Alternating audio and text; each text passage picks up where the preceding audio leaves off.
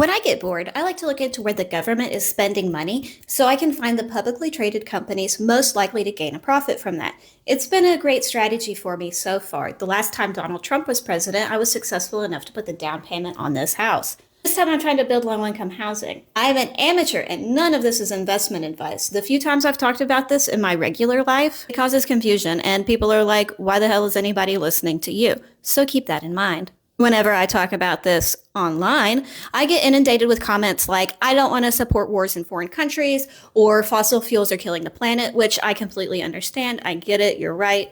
You don't have to invest in either of those, though. You might not see the explosive growth the defense industry is having right now. Growth is still change in the right direction, and wars don't last forever. The categories we're going to talk about aren't tied to geopolitical volatility. They're generally more ethical, and they have great long-term viability. Some people have told me I give too many options, so maybe this can narrow it down for some of you. One area you might want to look into is government-backed healthcare companies tied to public programs. These companies get a huge percentage of our yearly budget, and it's a pretty recession-resistant industry with a steady cash flow. We have an aging population of voters. They don't want to piss those guys off. Regulated utilities, even green energy, also receive quite a bit of government support.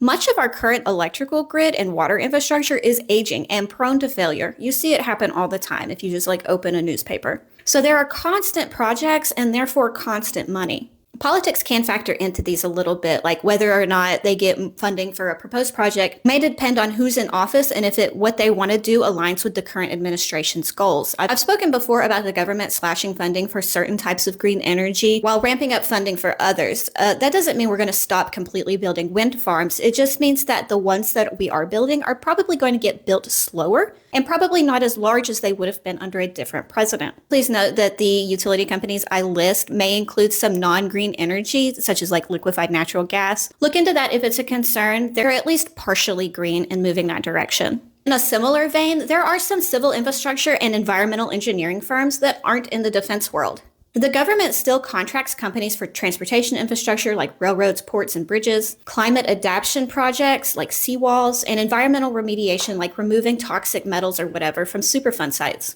These companies might not be as quite a safe bet as your utilities and healthcare, but they do get really long contracts, and there's plenty for them to do. You can also look into non-defense government software and services. This category is a bit more difficult to fill out because so many of them also have ties to defense. You can invest in computer systems that your local government or school uses.